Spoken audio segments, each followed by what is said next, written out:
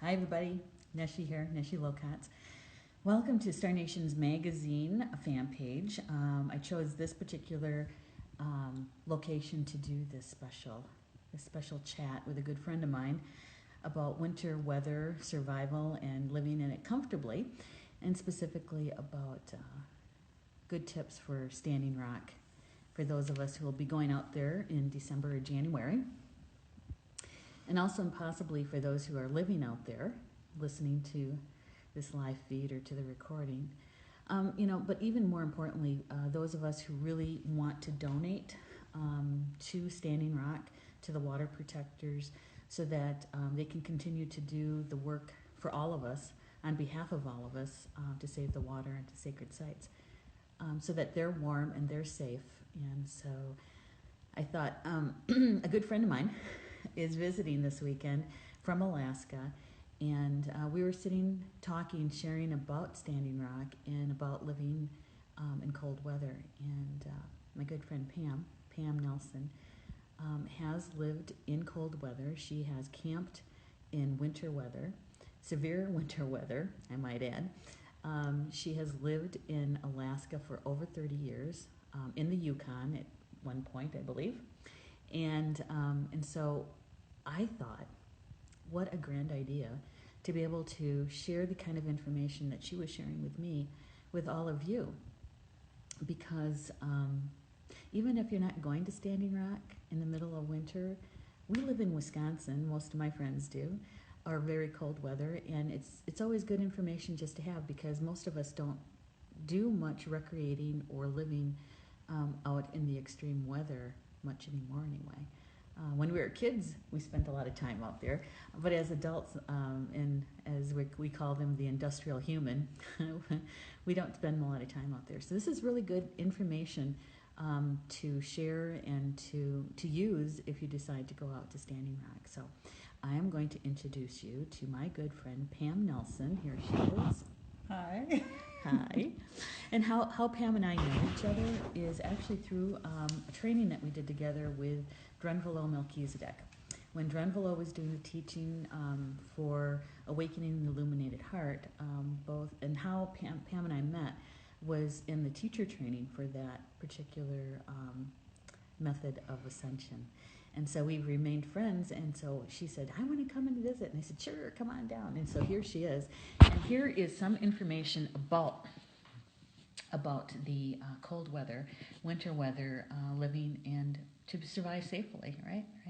So, Pam, one of the things that we talked about was, why is there such a need for this kind of information? You were telling me about wind chill and that kind of stuff. So why is that important? Right. Well, it's important for everyone, but particularly if there's people who are spending most of the day or long periods of time outside, it's really important not to get too cold and to get, particularly to get wet and then to get cold, because as soon as you start getting wet, your temperature just goes down quickly. And in areas like North Dakota where it's windy, that wind chill brings the temperature down way far below what the thermometer shows. So for instance, I looked this up today, and at 0 degrees Fahrenheit, which isn't really that cold, if you just have a 15-mile-an-hour wind, it is a wind chill temperature of -19. And at those temperatures, it said that skin freezes exposed at about 30 minutes. So wind is pretty common in the Dakotas, Yes. and it's important to recognize that if a person is going to be really out all day in it, or for periods of time. So we were just talking and looking up ways to just live outside, and so the first thing that we talked about was primarily the layers of clothing, and it's just important to be able to take off layers if you get too hot and put on layers if you get too cold. And again, that's so that you don't overheat and start sweating. Sweating will make you wet, and as soon as you're wet, your temperature starts dropping. Mm-hmm. And so when we think about the water protectors in North Dakota, and they're living in winter camps, winter tents, some in teepees. There might be 1 or 2 RVs, but probably not many. and they'll be outside. They'll be cutting wood or hauling water, or even going from one camp to another, going from, let's say, their campsite to one of the kitchens to go eat. So they'll be out in the elements, much less doing some direct frontline work, right? So anyway, this is why we Pam and I had this conversation, is how could we, when we live a rather far distance from Standing Rock, in Alaska and Wisconsin, how can we best be helpful? And when Pam was sharing with me her background in winter living and comfortably living in really cold conditions, and I thought, we should get this information out. This is one way that we can actually be helpful from where we're at. And we wanted to include you in that because the information you're about to receive, we're going to give you some sources, that if you wanted to donate certain apparel, winter apparel, to the water protectors, you could do that, okay? So with that, we're going to start from the inside out. Anybody who's done drum making with me knows that we do the work from the inside out. So let's start with the inside layer, the very first layer next to your skin when we're talking about getting dressed to be outside.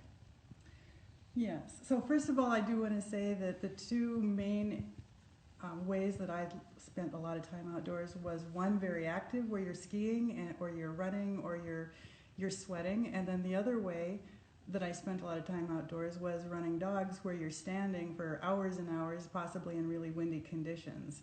And so both of those are important, but sometimes take different layers. And so if you're a really active person who might be running or sweating, chopping wood, doing things that are going to take a lot of exercise and heating up of the body, it's really important to have a base layer that wicks moisture away from the skin. And now it seems, we did a little research this morning, and a lot of the really good base layers, the long underwears, are made out of combinations of merino wool and synthetic fabrics. And the wool traps the air, but it wicks the moisture away. So you can leave those types of long underwear on longer, and they don't collect the smell, the odor, and they get that moisture away from your skin. So we're going to have links below that are some areas or some companies that you can get some of these things from, but we did find almost everything on Amazon. So if you do searching for wicking underwear or cold weather long underwear, cold weather clothing, you can find a lot of it right on Amazon, so we'll put that below. Yeah, and we did the search by using merino wool, smart wool, wasn't it? So on Amazon, what I did was put in, for instance, wool pants men's outdoor. And there I even found the long underwear, the pants, and everything. You can, if you just do general searches for wool outdoor clothing, you're going to get the heavier duty clothing. Okay. On Amazon. Yeah, but you want to remember the term smart wool. Smart wool is an awesome combination of comfortable soft wool. It's in socks, it's in glove liners, it's in shirts and long underwear. If you can get smart wool, you will have a much more comfortable experience. Definitely.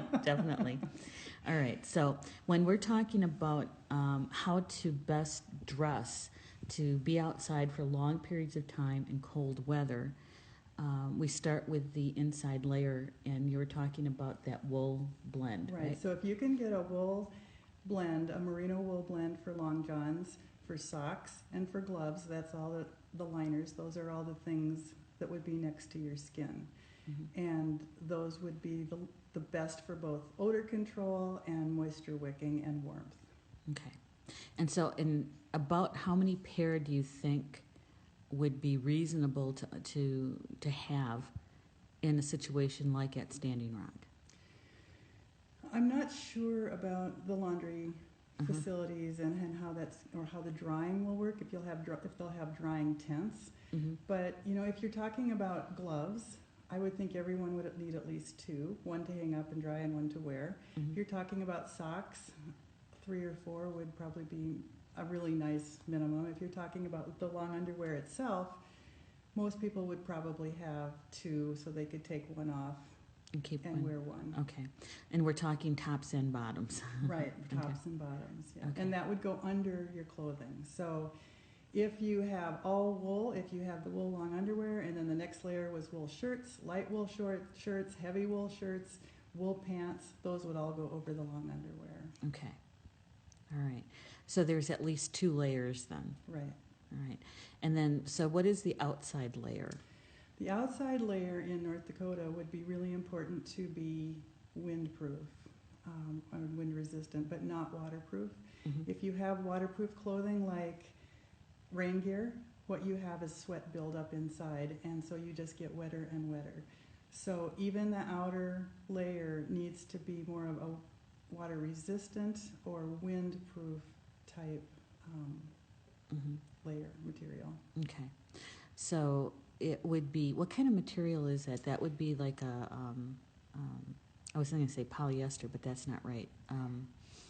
No, it would be, I mean, you would, if you were, it's usually a more of a, not canvas, but a very solid fabric. Okay. And so I can't even think Like of the duck name cloth. right now, but Yeah. if you just look up windproof, or if you're on Amazon and you're looking at the wool pants, they had a windproof pant right next to it. Okay. It's just a cover. Okay.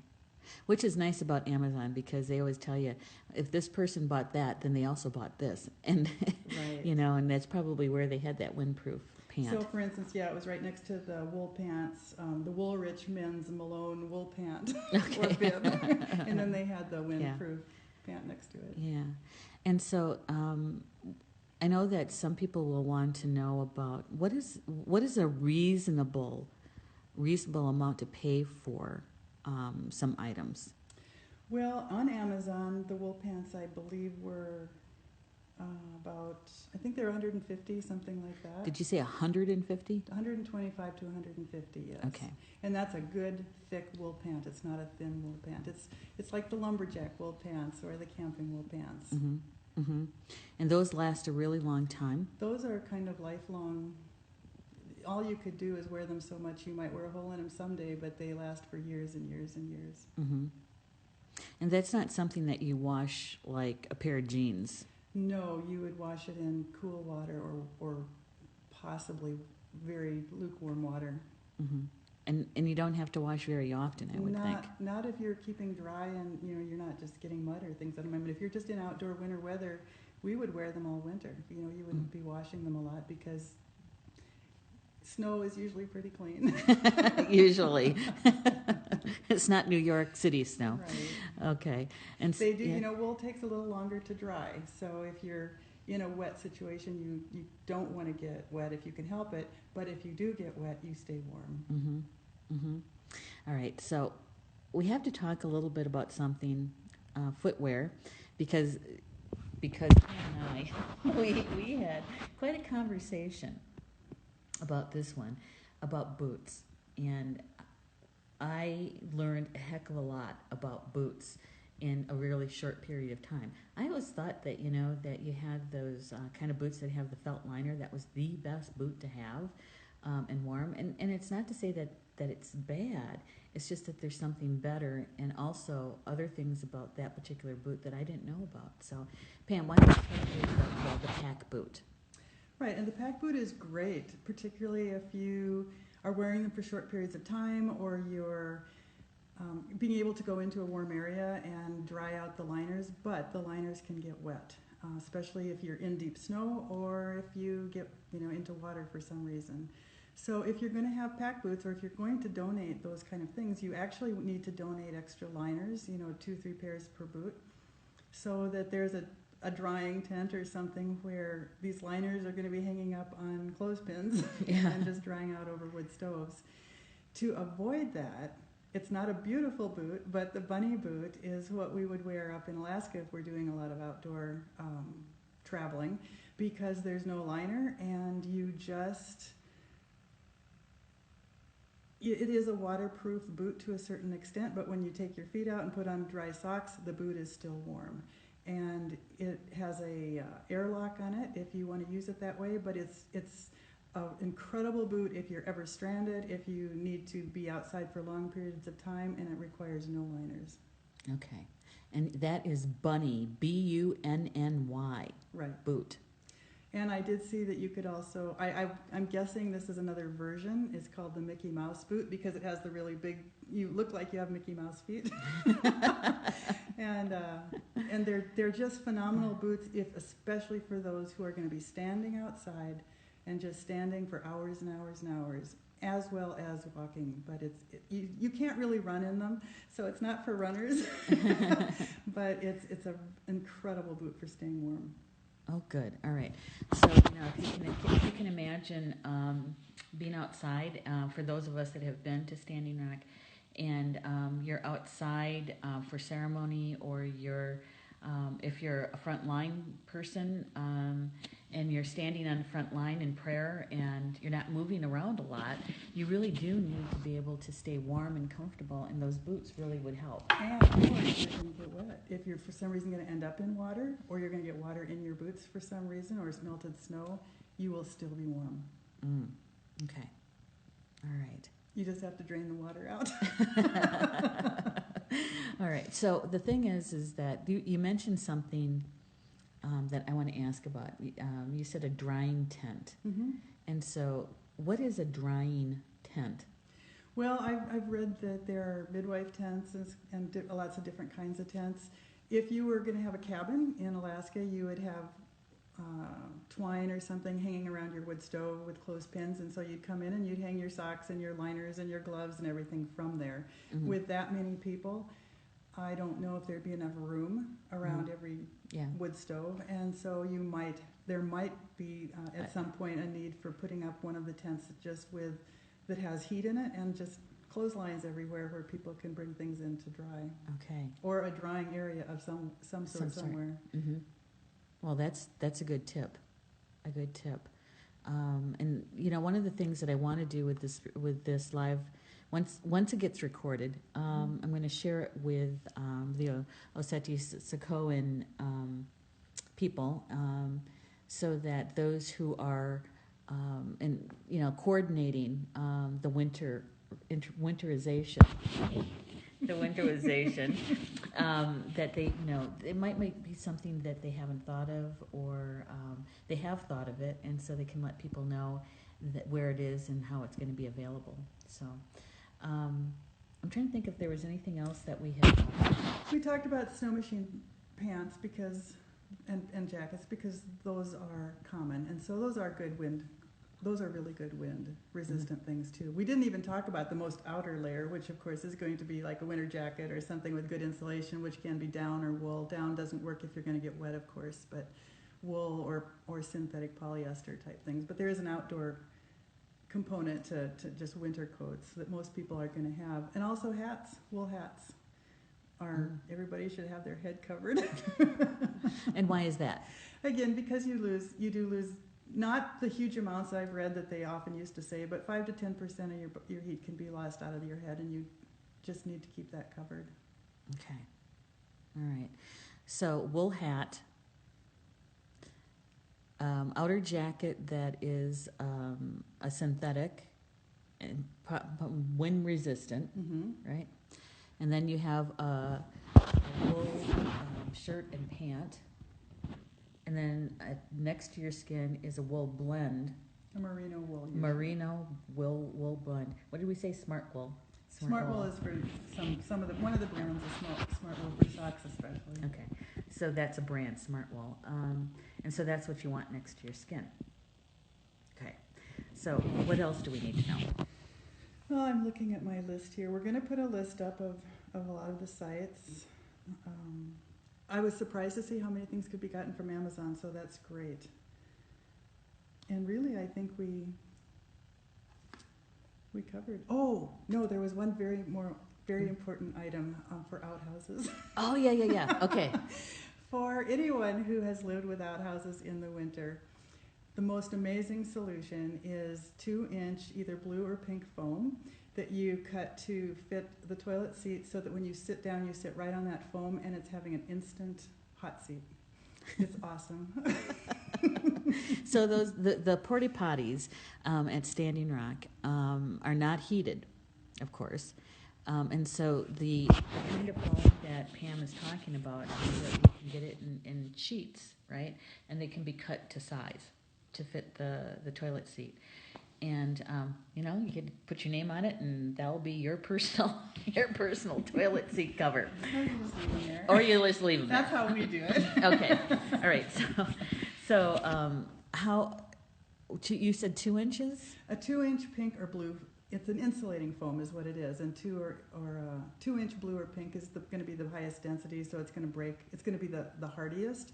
And I was thinking if companies were donating that, it could be damaged, it could be broken, it could be pieces, because that may no longer be good for building houses, but it can be cut up into small sections and would really make a big difference. You know, and that is something that we never even considered.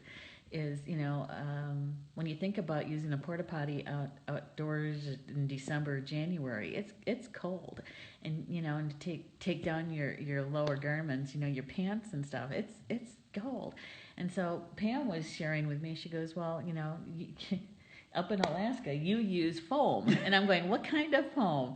And you don't want to use craft foam. That's not it, or the 1 inch that'd be too easily broken. And so she was saying 2 inches. So I had to get on the internet and look. It is a way to be able to get the foam and to cut it to size. And so that is a huge tip that I would make a guess. Not many people have thought about that. Well, I can tell you that every day you will be so grateful for that one tip, because it just makes life so much more comfortable.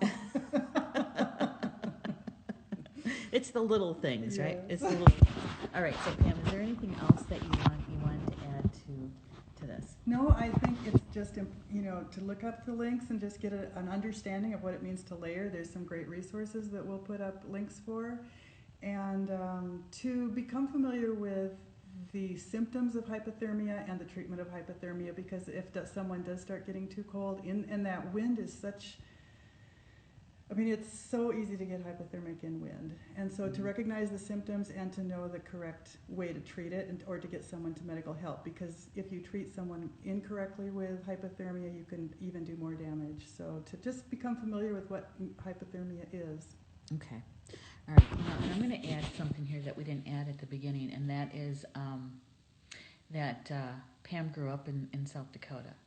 And so she is very familiar with the wind that comes sweeping down the plain in the Dakotas, and then taken her life up to Alaska, where she spent some time living in the Yukon and running dog sleds and that kind of thing. And so, even farther north in Kotzebue, which is the northwest coast, where there are no trees and it's just wind. So that was my real wind training. Yeah. So, we have somebody here who hasn't just read about it, she's lived it.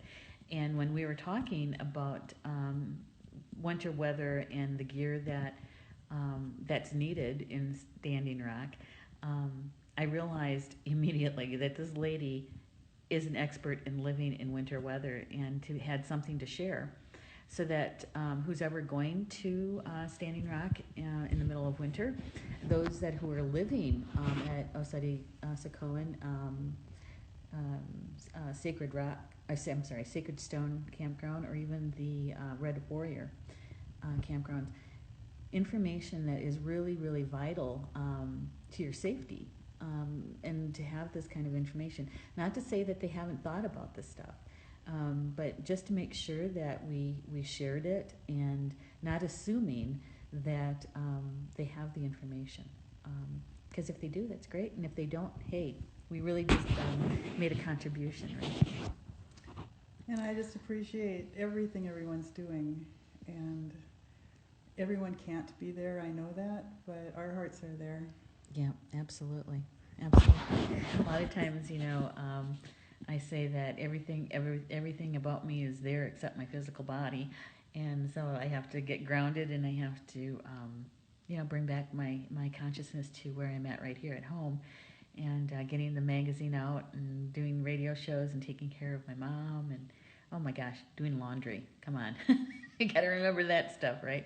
All right, so I'm going to close this out in just a second. I just want to make sure that Pam has covered everything that she wanted to cover for you. Yeah, you think you got it all? I think so. Okay, good. All right, and we are going to post those links for you. Of course, we found out that Amazon has just about everything, but there's other places that are a possibility, and we're gonna list those. And if you have a contact to sporting goods stores or other industries like that might sell bunny boots, that sell the outdoor weather clothing, military style, like military surplus stores. If you have a contact with that, it would be great if you could maybe arrange donations to be sent to Standing Rock for that. And also please remember that there are some big guys, big people there that wear 2 extra large, 3 extra large, and have size 11 or larger foot. And so just to make sure that we also add those sizes to our list of things going out there. So with that, I appreciate you joining and listening to the recording of this. It's something that I think that we can all appreciate and take away something from, if nothing else, the foam seat on the porta potty. And if you have any questions, just list them in the comment section, and we will try to answer them for you as best we can, okay?